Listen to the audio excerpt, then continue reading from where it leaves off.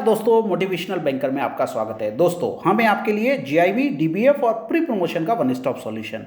Friends, इस video lecture में हम बैंक ऑफ महाराष्ट्र का 7 फरवरी को स्केल 1 to 2 का एग्जाम हुआ है, उसके कुछ रिकलेक्टेड क्वेश्चंस को इस वीडियो में कवर कर रहे हैं। मैं उम्मीद करता हूं कि आपके आने वाले एग्जाम के लिए जो लोग 13 फरवरी को बैंक ऑफ महाराष्ट्र के 2 to 3, 3 to 4 के एग्जाम में अपियर हो रहे हैं, या यूको बैंक के एग्जाम में अपियर हो रहे हैं, या पीएनबी के एग्जाम में फरवरी में अपियर हो रहे हैं, या इंडियन बैंक के एग्जाम में अपियर हो रहे हैं, उनके लिए काफ़ी यूजफुल हो सकते हैं। तो चलिए शुरुआत करते हैं। पहला क्वेश्चन लेते हैं, legal years liability of disease person. देखिए, ये क्वेश्चन पंजाब सिंध के एग्जाम में पहले से पूछा जा चुका है। जो मैंने वीडियो डाला है उसमें कवर किया हुआ है। ये रिपीट क्वेश्चन है, उसी में से आया है। लीगल ईयर्स की लाइबिलिटी क्या है? जब भी किसी बोरोवर की डेथ हो जाती है और उसमें बैंक का लोन अगर आउटस्टैंडिंग है, तो जो लाइबिलिटी है, जो लीगल ईयर है, he is liable to bank only extent of value और asset if inherited from the deceased. अगर डिसीज से उसको कुछ प्रॉपर्टी इनहेरिट हुई है तो उतने अमाउंट तक ही लाइबल है जितनी प्रॉपर्टी या जितनी एसेट उसको इनहेरिट हुई है, उससे ज़्यादा के लिए वो लाइबल नहीं है। तो ये क्वेश्चन रिपीट क्वेश्चन है, एग्जाम में पूछा गया है, वीडियो लाइब्रेरी में ऑलरेडी कवर किया हुआ है। दूसरा क्वेश्चन हम देखेंगे, पेरी पेसू चार्ट। फ्रेंड्स, ये क्वेश्चन भी हमने पिछली वीडियो लाइब्रेरी में कवर किया है, शायद यूनियन बैंक ऑफ इंडिया के एग्जाम में पूछा गया था। पेरी पेसू चार्ज क्या होता है? जैसा मैंने पहले भी एक्सप्लेन किया है, माना किसी को कंसोर्शियम लोन दिया है 100 करोड़ रुपए का, ठीक है, और इसमें एक बैंक है जिसका 50 करोड़ का स्टेक है, एक बैंक है जिसका 20 करोड़ रुपए का स्टेक है, दूसरी बैंक है जिसका 20 करोड़ रुपए का स्टेक है, और एक चौथी बैंक है जिसका 10 करोड़ रुपए का स्टेक है। अभी समझिए 100 करोड़ के एवज में 10 करोड़ रुपए की एसेट है बैंक के पास में।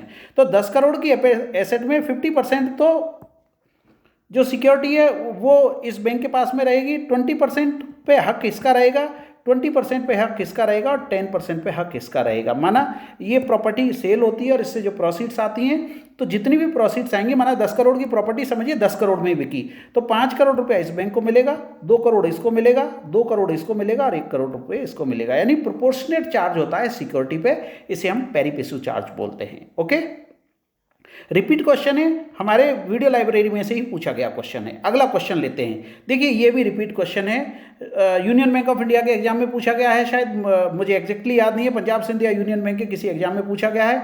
वीडियो लाइब्रेरी आप चेक करेंगे तो मिल जाएगा। रिसीवेबल्स 20 लाख के हैं, सेल्स आपकी 120 लाख की है, और डेटर कलेक्शन पीरियड इसमें पूछा गया है। देखिए, डेटर कलेक्शन पीरियड का फॉर्मूला क्या है? Debtors divided by sales into 12। अगर महीने में निकाल रहे हैं, और अगर महीने की जगह डेज में निकालेंगे तो 365 हो जाएगा। अब यहाँ डेटर्स कितने के, रिसीवेबल्स कितने के, 20 लाख के, सेल्स कितनी 120 की, और महीने में अगर निकाल रहे हैं तो 12 से मल्टीप्लाई कर देंगे, तो ये आपका आंसर आ जाएगा। 20 से 120 को कट करेंगे तो 6 टाइम आ गया, और 12/6 हो गया आपका 2 मंथ्स। तो आंसर आ जाएगा आपका क्लियर 2 मंथ्स। रिपीट क्वेश्चन है, पूछा जा चुका है, वीडियो लाइब्रेरी में से है, तो आपको याद होगा, मैं उम्मीद करता हूँ। ओके, अगला क्वेश्चन लेते हैं। In settlement of claim of deceased by legal heirs testamentary means. देखिए, जब सेटलमेंट करते हैं क्लेम का तो टेस्टामेंट्री एक वर्ड आता है, उसका मतलब क्या है? इसका मतलब ये है कि जो पर्सन विल में लिखा गया है उसको अपॉइंट किया, विल में जिस बंदे का नाम दिया गया है, ठीक है, किसके लिए कि डेथ के बाद में जो ओनर है उसकी डेथ हो गई, तो उसकी जो एसेट्स है उनको कौन मैनेज करेगा, उसके लिए विल में किसी का नाम दिया गया तो वो कहलाएगा टेस्टामेंट्री। ओके, क्लियर है? चलिए अगला क्वेश्चन लेते हैं, क्वेश्चन नंबर 5।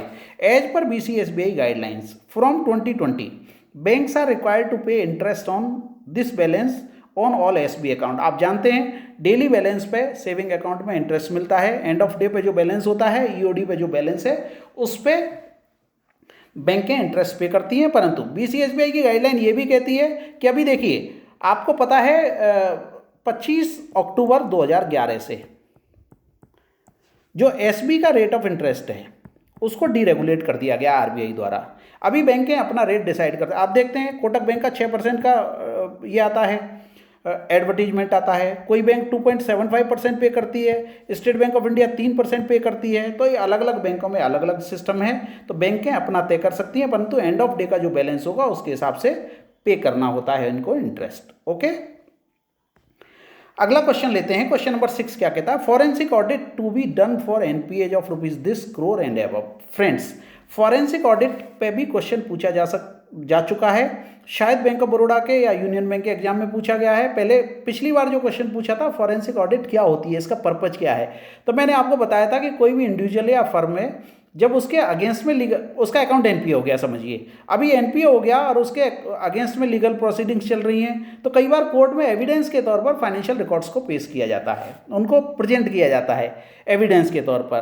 तो ये फाइनेंशियल रिकॉर्ड्स को एविडेंस के तौर पर कोर्ट में प्रेजेंट करने से पहले उनको एग्जामिन किया जाता है, उनको एवेल्युएट किया जाता है।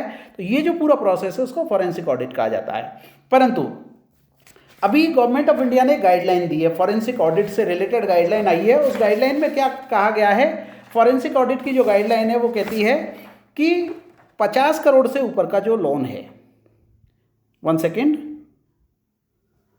50 करोड़ से ऊपर का जो लोन है उसकी फॉरेंसिक ऑडिट की जाएगी। ठीक है, इसके लिए जनवरी 2020 में गवर्नमेंट ने कहा कि जो एनपीए अकाउंट होते हैं, ठीक है ना, उसमें थोड़ा सा चेंज किया गया और इन्होंने लिमिट कर दी more than 50 crore. More than 50 crore के जितने भी एनपीए अकाउंट होंगे उनमें फॉरेंसिक ऑडिट कराना मस्ट है। पर्पज क्या है, इसमें फ्रॉड के एंगल को चेक करना कि कहीं बोरोवर ने फ्रॉड तो नहीं किया बैंक के साथ में, तो ये फॉरेंसिक ऑडिट का पर्पज है। तो इसमें फॉरेंसिक ऑडिट का जो प्रोविजन किया गया वो है 50 करोड़ से ज़्यादा पे। इसके लिए सीवीसी जो है चीफ विजिलेंस कमीशन, उसने एक एडवाइजरी बोर्ड अपॉइंट किया है जो पॉसिबल फ्रॉड को डिटेक्ट करता है। तो ये जो लिमिट है इसमें पूछी गई है। फॉरेंसिक ऑडिट के बारे में पिछले किसी एग्जाम में पूछा गया था यूनियन बैंक में या बैंक ऑफ बड़ौदा में, और इस एग्जाम में बैंक ऑफ महाराष्ट्र में पूछा गया है कि इसके लिए कट ऑफ अमाउंट क्या है, कितने अमाउंट से ऊपर फॉरेंसिक ऑडिट करानी है। तो ये है मोर than 50 crore and above.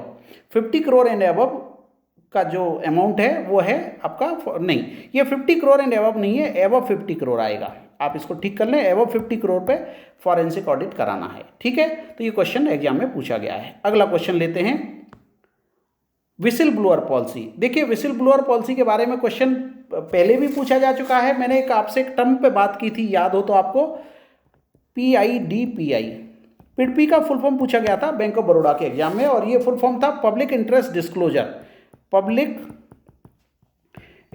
Disclosure and protection of